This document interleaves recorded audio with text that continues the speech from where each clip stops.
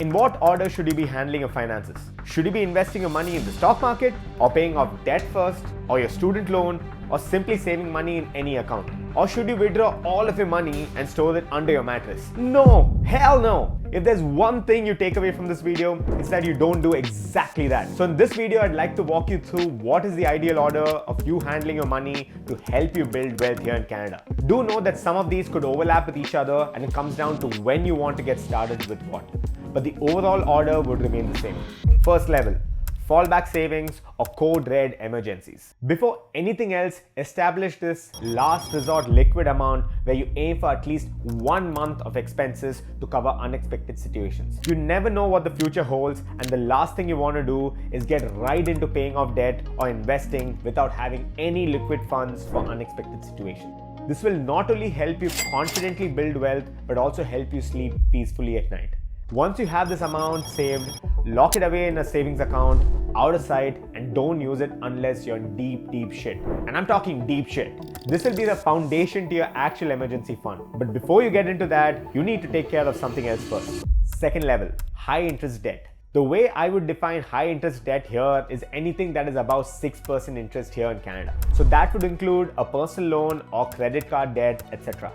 It makes absolutely no sense for you to start saving or investing your money if you're going to be losing a good chunk of your money to high interest debt. People keep saying that if you invest, your money is going to compound and multiply, but what you also need to know is that this same compounding benefits companies or banks to whom you owe money. So in the above example of a personal loan, the smartest way for you to make money in this case is to pay off this loan ASAP so that you get a guaranteed return of 15%, which you would otherwise lose every single month. Now that you're not losing money heavily, let's move on to foundational savings. Emergency fund and employer RRSP or RPP match. Third and fourth level go hand in hand. Emergency fund first.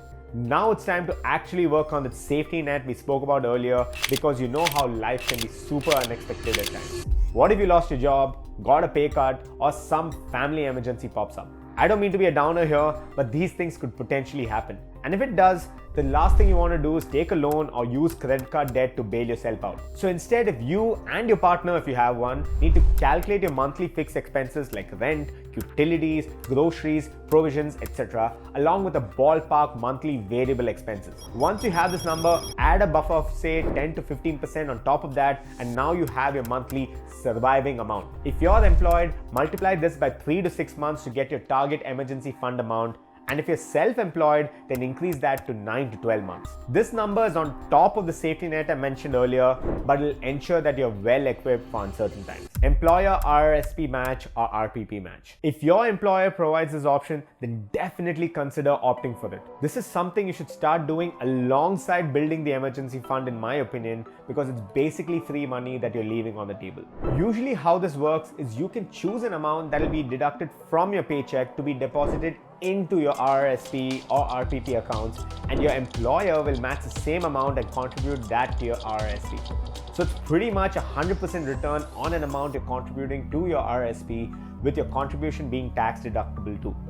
But there are a few catches and limits with this, and I would recommend reading the terms and conditions of your job offer before you opt for this. Also, another thing to keep in mind here is that this goes into your RRSP fund, which is basically a tax-deferred retirement account. So if you need liquid money right away, this may not be the right option for you.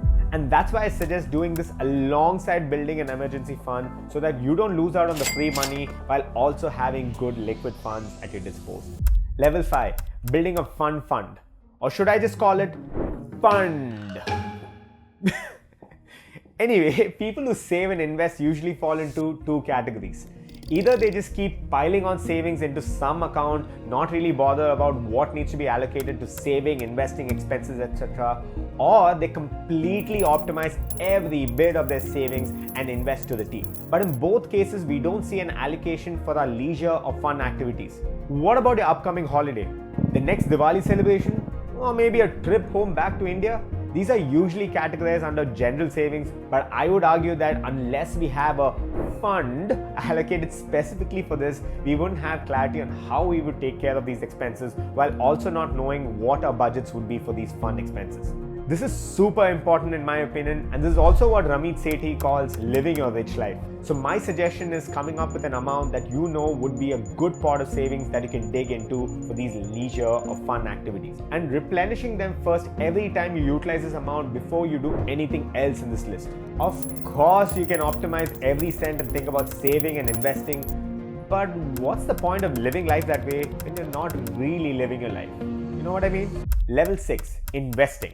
Using tax benefit accounts. Now that you've built your safety net, accounted for most prospective expenses, you can now get into the good stuff, getting your money to make you more money. And a big benefit of living in Canada includes the tax sheltered or tax benefits accounts that are offered here. These accounts provide good tax benefits where you don't have to pay any tax on the capital gains incurred on your investment. This is where you can start looking at the right kind of ETFs, stocks, mutual funds, etc. to invest in. If you're confused about what these accounts really are or the order in which you have to invest in these accounts, then I've got you covered. I have dedicated videos coming up on these topics very soon. So if you'd like to check it out, then consider subscribing and hitting the bell icon. Level 7. Low interest debt. These are loans or debt you've taken on that incur a fairly low rate of interest, say education loan or a car loan. If possible, clear them out after you're done with the previous items or levels in the list. But if you think it makes sense to keep these loans active and it isn't too much of a pinch on the pocket, then that's fine too. Keep it and slowly chip away at it. Level 8 and 9. Other or additional investments and mortgage. Additional investments first. If you were able to achieve your goals with all the previous levels, I would then recommend moving on to more aggressive options where you put your money to work and it makes you more money in the process. This would be investing using the non-registered investment accounts, investing in real estate, commercial real estate too if possible, and one of my favorites, investing in your side hustles or other businesses. I'm of the strong opinion that you shouldn't pay for a home and live in it unless you have enough streams of income, because it just doesn't make financial sense otherwise. And this brings me to mortgages. If the other things in the list are sorted, then and only then would it be a good time to invest in a house that you're planning to live in.